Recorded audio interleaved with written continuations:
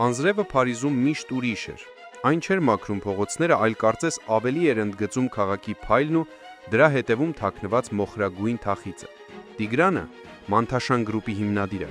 նստած էր իր Բենթլիի հետևի նստատեղին ու անտարբեր հայացքով նայում էր պատուհանից դուրս։ 40-ն անց այս տղամարդը, ում կարողությունը գնահատվում էր միլիոնավոր եվրոներով, վաղուց կորցրել էր զարմանալու ունակությունը։ Նրա կյանքը թվերի, բաժնետոմսերի և սառը հաշվարկների մի անվերջանալի շղթա էր։ Նա Ֆրանսիայում հայտնի էր որպես սառցե արքա,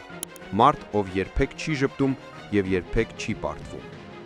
Այդ երեկոն նա շտապում էր բարեգործական ընթրիքի, որտեղ պետք է հերթական անգամ ժպտար տեսախցիկներին և խոսեր մարդասիրությունից, մի բան, որից նա իրականում շատ հեռու էր։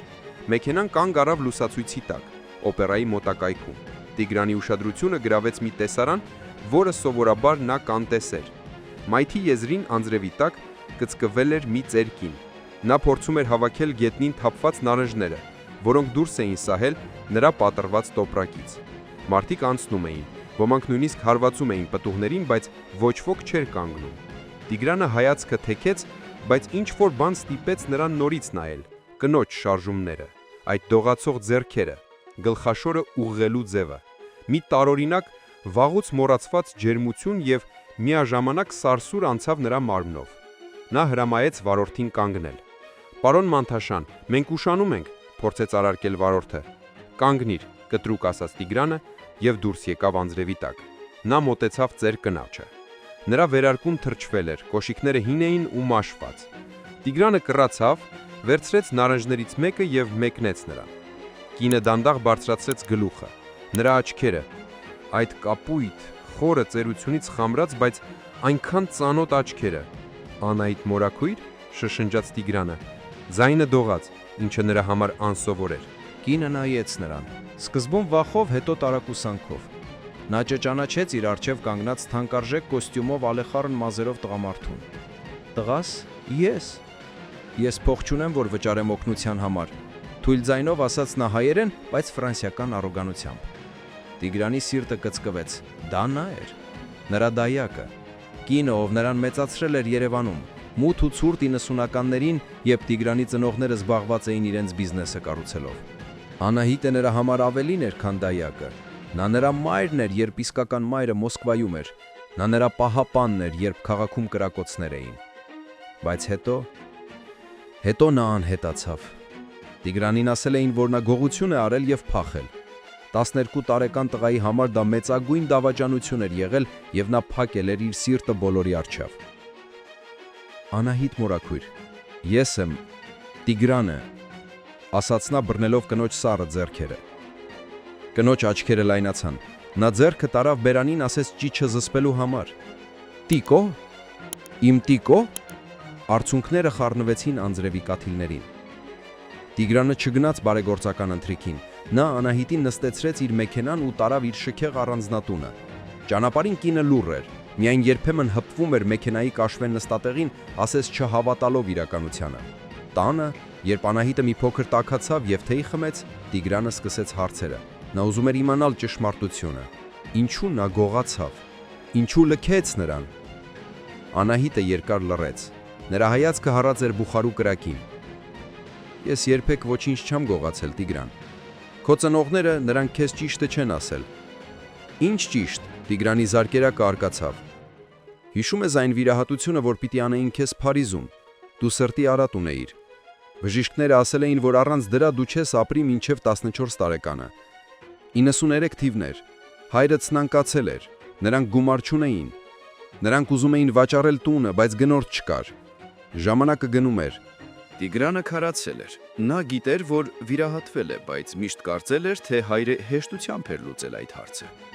«Ես ունեի իմ սեփական տունը Կոմիտասի վրա և հայրականս գյուղում», շարունակեց Անահիտը։ «Ես վաճառեցի ամեն ինչ, շատ էժան, որովհետև շտապ էր։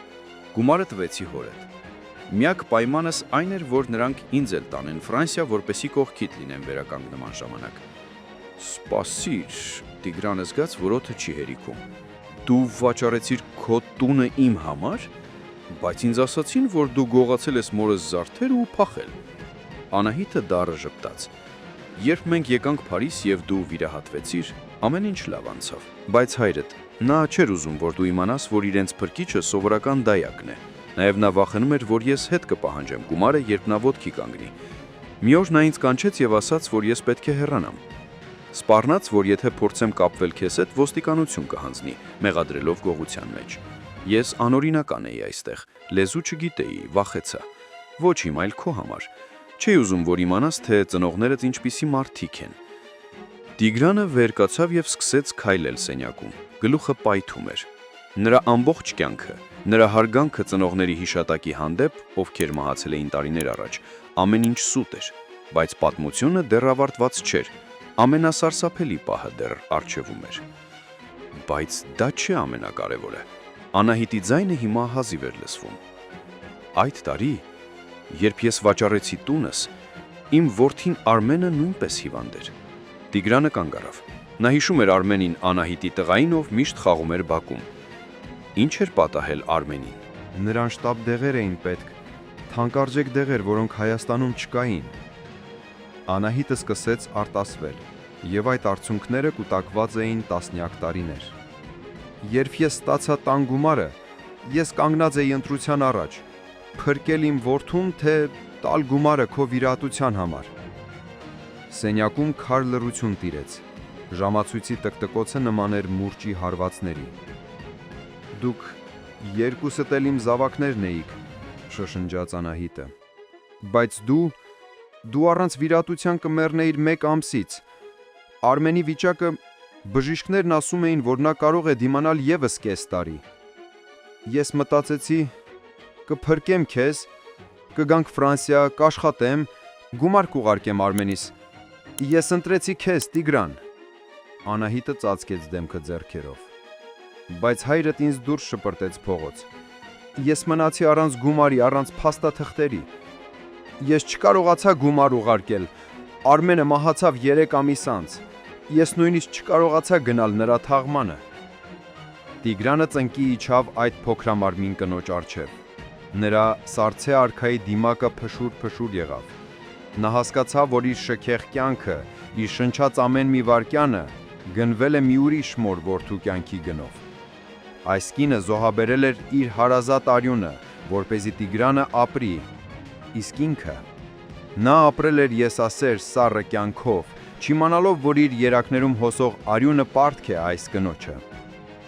Այդ գիշեր Տիգրանը չքնեց։ Նա նստած էր Անահիտի կողքին, մինչև նա քնեց։ Հաջորդ առավոտյան Փարիզի բիզնես աշխարհը ցնցվեց։